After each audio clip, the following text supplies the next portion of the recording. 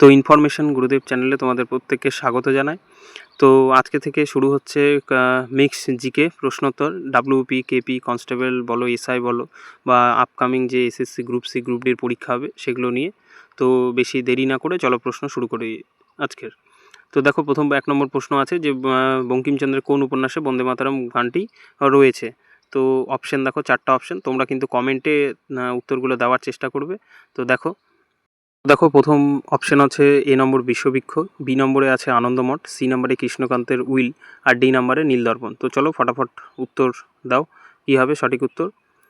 তো এটা ঠিক উত্তর হচ্ছে অপশন নাম্বার বি কিন্তু, ঠিক আছে। চলো দ্বিতীয় প্রশ্নের দিকে দেখা যাক। দেখো দ্বিতীয় প্রশ্নটা। তো দেখো এখানে কি বলছে, 2 নম্বরে পশ্চিমবঙ্গের সর্বোচ্চ শৃঙ্গের নাম কি। তো তোমরা অপশন দেখতে পাচ্ছ, এ নম্বরে কাঞ্চনজঙ্ঘা, বি নম্বরে সান্দাকফু, সি নম্বরে নন্দা দেবী, ডি নম্বরে মাউন্ট এভারেস্ট। তো সঠিক উত্তর তাড়াতাড়ি কমেন্ট করো তোমরা, দেখো কি হচ্ছে। তো এটার সঠিক উত্তর হয়ে যাচ্ছে হচ্ছে সান্দাকফু, বি নম্বর অপশন, ঠিক আছে। তো চলো 3 নম্বর প্রশ্নটাও এখানে আছে। 3 নম্বরটা পড়ছি, দেখো যে লোকসভার অধ্যক্ষ পদত্যাগ করতে চাইলে কার কাছে পদত্যাগপত্র জমা দেবেন। প্রশ্নটা ভালো করে দেখে নাও এবং উত্তর করার চেষ্টা করো। দেখো, এই নম্বর অপশন মুখ্য সচিব, বি নম্বরে উপ অধ্যক্ষ, সি নম্বরে রাষ্ট্রপতি, ডি নম্বরে প্রধানমন্ত্রী।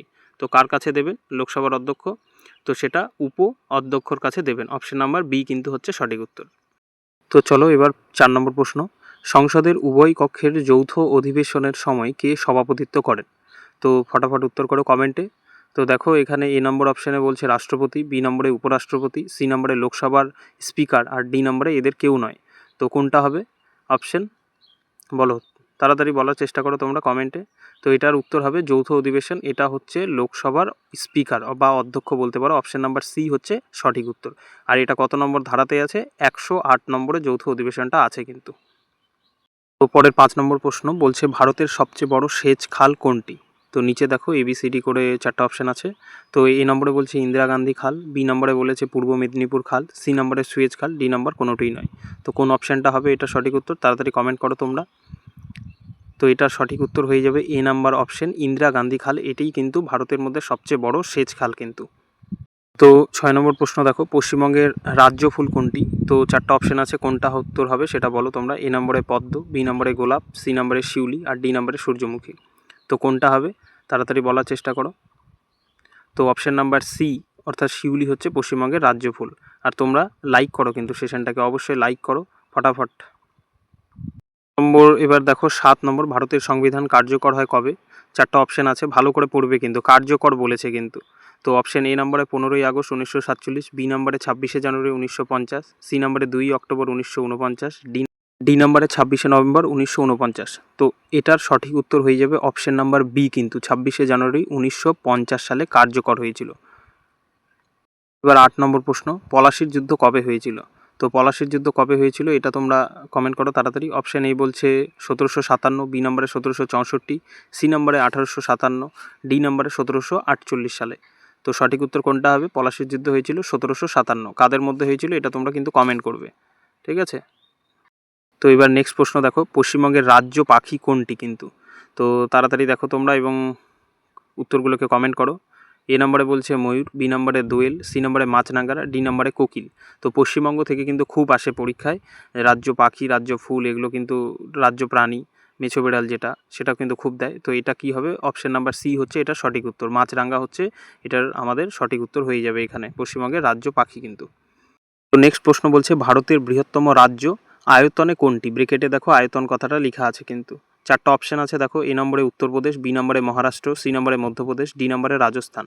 তো আয়তন বলে কোনটা হবে তাড়াতাড়ি অপশন করো, এখানে কিন্তু কনফিউশন হবে না, প্রশ্নটাতে ভালো করে পড়ে নিয়ে উত্তর করবে। তো এটা সঠিক উত্তর হয়ে যাবে আয়তনের দিক থেকে রাজস্থান হচ্ছে সবচেয়ে বৃহত্তম। আর যদি জনসংখ্যা বলতো সেক্ষেত্রে আমাদের উত্তরপ্রদেশটা হতো কিন্তু। আর মধ্যপ্রদেশকে কি বলা হয়, ভারতের হৃদয় রাজ্য বলা হয়, ঠিক আছে, বাক রাজ্যও কিন্তু বলা হয়। আবার গাছের যে এলাকার ভিত্তিতে গাছ সবচেয়ে বেশি মধ্যপ্রদেশে, আর যদি শতাংশের ভিত্তিতে বা পার্সেন্টেজ বলে সেটা কিন্তু মিজোরাম আমাদের উত্তর হবে কিন্তু। এটা ভালো করে নোট করবে এগুলোকে খাতা পেনে। তো দেখো এবার নেক্সট প্রশ্ন, মানুষের শরীরের সবচেয়ে বড় অঙ্গ কোনটি। তো বানানটা একটু কম্পিউটার টাইপিং দেখে এরকম হয়ে গেছে, তো দেখো করার চেষ্টা করো এটাকে। তো সবচেয়ে বড় অঙ্গ বলেছে, তো অপশন এ নম্বরে যকৃৎ বলেছে, বি নম্বরে মস্তিষ্ক বলেছে, সি নম্বরে ত্বক বলেছে, আর ডি নম্বরে ফুসফুস। তো সবচেয়ে বড় অঙ্গ বললে কি হয়ে যাবে, এখানে যকৃৎ আর ত্বক দুটোই আছে, তো এখানে ত্বকটাই কিন্তু প্রেফারেবল হবে, ত্বক হচ্ছে সঠিক উত্তর এখানে। তো পরের প্রশ্ন দেখো 12 নম্বর, সূর্যের শক্তির মূল উৎস কী? অর্থাৎ এখানে সূর্যের যে শক্তি চলছে অনবরত সেইটার উৎস জানতে চাইছে। তো এ নম্বরে বলছে দহন, বি নম্বরে নিউক্লিয়ার বিভাজন, সি নম্বরে নিউক্লিয়ার সংযোজন, ডি নম্বরে রাসায়নিক বিক্রিয়া। তো এটার সঠিক উত্তর তোমরা কিন্তু কমেন্ট বক্সে কমেন্ট করবে, এটা হোমওয়ার্ক দেওয়া থাকলো। এটার উত্তর কিন্তু আমি বলছি না, পরে তোমাদেরকে পিন করে দেওয়া হবে সঠিক উত্তর। তো চলো নেক্সট প্রশ্ন দেখে আগাই। দেখো 13 নম্বর প্রশ্ন, কোন ভিটামিনের অভাবে রাতকানা হয়? এখানে যাই হোক রোগ হতো, এখানে ছাড়া পড়ে গেছে, তো কোন ভিটামিনের অভাবে সেটা তোমরা কিন্তু কমেন্ট করো। 4টা অপশান আছে, তাড়াতাড়ি কমেন্ট করো। অপশান এ বলেছে ভিটামিন এ, বি নম্বরে বলেছে ভিটামিন বি, সি নম্বরে ভিটামিন সি, আর ডি নম্বরে ভিটামিন ডি। তো কোনটা হবে সঠিক উত্তর? তো এটার সঠিক উত্তর হচ্ছে আমাদের ভিটামিন এর অভাবে, অর্থাৎ অপশান এ হচ্ছে সঠিক উত্তর। তো ভিটামিন এর রাসায়নিক নামটা তোমরা কমেন্ট বক্সে কমেন্ট করো কিন্তু সকলে। তো নেক্সট প্রশ্ন দেখো 14 নম্বর, মানুষের রক্তের রং লাল হওয়ার কারণ কি? তো কি কারণে মানুষের রক্তের রং লাল হয় এইটাই বলেছে। তো অপশান দেখো, এ নম্বরে বলেছে অক্সিজেন, বি নম্বরে হিমোগ্লোবিন, সি নম্বরে প্লাজমা, আর ডি নম্বরে লোহিত রক্তকণিকা। তো কিসের কারণে মানুষের রক্তের রং লাল হয়? তাড়াতাড়ি তোমরা অ্যান্সার করো। তো এটার সঠিক উত্তর হচ্ছে বি নাম্বার অপশন, যেটা হিমোগ্লোবিনের কারণেই কিন্তু রক্তের রং লাল হয়, এটা হচ্ছে সঠিক উত্তর। তো চলো এবার নেক্সট প্রশ্ন 15 নম্বর, কোন গ্রন্থি ইনসুলিন হরমোন নিঃসরণ করে? অর্থাৎ কোন গ্রন্থি থেকে ইনসুলিন হরমোনটা ক্ষরিত হয় সেটাই বলছে। তো অপশন দেখো 4টা, এ নম্বরে বলেছে থাইরয়েড, বি নম্বরে পিটুইটারি, সি নম্বরে অগ্নাশয়, ডি নম্বরে অ্যাড্রিনালিন। তো সঠিক উত্তর তোমরা কমেন্ট করো। তো এটার সঠিক উত্তর কি হবে? এটার সঠিক উত্তর হবে সি নাম্বার অগ্নাশয়, অর্থাৎ অগ্নাশয়ের বিটা কোষ থেকে কিন্তু এই ইনসুলিন হরমোনটা কিন্তু ক্ষরিত হয়। তো চলো পরের প্রশ্ন থেকে। তো দেখো পরের প্রশ্ন কি বলছে, সুন্দরবন কোন নদীর বদ্বীপে অবস্থিত? তো কম্পিউটার মিস্টেকের থেকেই এই বানানটা একটু উল্টাপাল্টা হয়েছে। তো দেখো এখানে বলেছে 4টা অপশন, এ নম্বরে গঙ্গা, বি নম্বরে ব্রহ্মপুত্র, সি নম্বরে মেঘনা, ডি নম্বরে গোদাবরী। তো সুন্দরবন কোন বদ্বীপে হবে? তো এটার সঠিক উত্তর কি হবে কমেন্ট করো।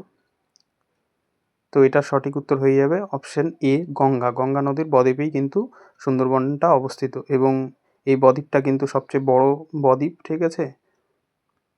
তো দেখো নেক্সট প্রশ্ন 17 নম্বরটা, ভারতের দীর্ঘতম উপকূল রেখা কোন রাজ্যের? অর্থাৎ ভারতের কোন রাজ্যের তটরেখাটা আমাদের দীর্ঘতম বলছে, বড়। তো এটার 4টা অপশন দেখো, কেরালা, বি নম্বরে বলেছে গুজরাট, সি নম্বরে অন্ধ্রপ্রদেশ, ডি নম্বরে তামিলনাড়ু। তো কোনটা সঠিক উত্তর হবে তোমরা বলো তাড়াতাড়ি কমেন্টে। তো এটার সঠিক উত্তর কি হয়ে যাবে? বি নাম্বার গুজরাট, গুজরাটের ততরেখাটা কিন্তু দীর্ঘতম। এমনি বললে আন্দামান অপশানে থাকলে সেক্ষেত্রে আন্দামান হতো, আন্দামান, কিন্তু এখানে যেহেতু গুজরাট আছে তো গুজরাটটাই হবে সবচেয়ে দীর্ঘতম। চলো পরের প্রশ্নের দিকে। পরের প্রশ্ন দেখতে পাচ্ছ, নিরক্ষরেখা কোন দেশ দিয়ে যায় না? অর্থাৎ নিরক্ষরেখা এই 4টা অপশানের মধ্যে কোন দেশ দিয়ে যায়নি বা অতিক্রম করেনি সেইটা করো। আর নিরক্ষরেখার মান কত ডিগ্রি এটা তো জানো হয়তো, 0 ডিগ্রি আমাদের নিরক্ষরেখা। তো অপশান কি বলেছে, এ নম্বরে ভারত, বি নম্বরে কেনিয়া, সি নম্বরে ইন্দোনেশিয়া, ডি নম্বরে ব্রাজিল। তো কোনটা হবে সঠিক উত্তর কমেন্ট করো। তো এই প্রশ্নের সঠিক উত্তর হয়ে যাচ্ছে ভারত, ভারতের মধ্যে দিয়ে কিন্তু নিরক্ষরেখা যায় না। ভারতের মধ্যে দিয়ে যে রেখাটা যায় সেটা হচ্ছে 23.5 ডিগ্রি উত্তর, যে আমাদের কর্কটক্রান্তি রেখা আছে সেইটা যায়। কয়টা রাজ্যের মধ্যে দিয়ে যায়? 8টা, কিন্তু সেই 8টা রাজ্যের নাম তোমরা কমেন্ট বক্সে কমেন্ট করো। তো নেক্সট প্রশ্ন দেখতে পাচ্ছ 19 নম্বর, ভারতীয় মৌসুমি বায়ু সাধারণত কোন দিক থেকে আসে? তো এটা একটু স্ট্যান্ডার্ড লেভেলের প্রশ্ন, করার চেষ্টা করো সবাই। 4টা অপশন কী কী বলেছে, এ নম্বরে উত্তর পূর্ব, বি নম্বরে দক্ষিণ পূর্ব, সি নম্বরে দক্ষিণ পশ্চিম, আর ডি নম্বরে উত্তর পশ্চিম। তো কোনটা হবে সঠিক উত্তর তোমরা কমেন্ট করো কমেন্ট বক্সে।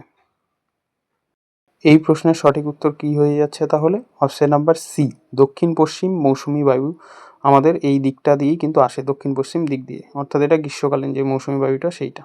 চলো পরের প্রশ্নে। তো এটা আজকের 20 নম্বর শেষ প্রশ্ন, বলছে ভারতের কোন পর্বতশ্রেণী জলবিভাজিকা বলা হয়? অর্থাৎ ভারতের কোন পর্বতশ্রেণীটা জলবিভাজিকা হিসাবে কাজ করে? তো জলবিভাজিকা বলে রাখি প্রথমে, যে 2 বা ততোধিক জলধারাকে বিভাজন বা ভাগ করে তাকে জলবিভাজিকা বলে। তো কোনটা হবে? 4টা অপশানে, এ নম্বরে বলেছে আরাবল্লী, বি নম্বরে পশ্চিমঘাট, সি নম্বরে পূর্বঘাট, ডি নম্বরে বিন্দু। তো কোন পর্বতটা হবে আমাদের জলবিভাজিকা হিসাবে সেটা উত্তর করার চেষ্টা করো কমেন্টে। তো এটার উত্তর হয়ে যাবে বি নম্বর পশ্চিমঘাট, এটা কিন্তু জলবিভাজিকা হিসাবে কাজ করে। আর কেমন লাগলো তোমাদের 20টা জিকে প্রশ্ন, মিক্স জিকে? তোমরা অবশ্যই কমেন্ট করে জানাও। ভালো লাগলে লাইক করো, শেয়ার করো, এবং তোমাদের কমেন্ট থেকে মোটিভেশন পাই। লাইক দেখেও মোটিভেশন পাওয়া যায় আরও করার জন্য। তো এইভাবে যদি আরও চাও তাহলে কমেন্ট করো কিন্তু।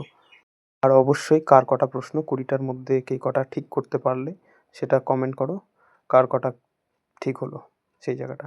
তো আজকের পর্ব এখানেই শেষ করছি। আশা করছি প্রত্যেকের দিনটি ভালো কাটবে। Thank you.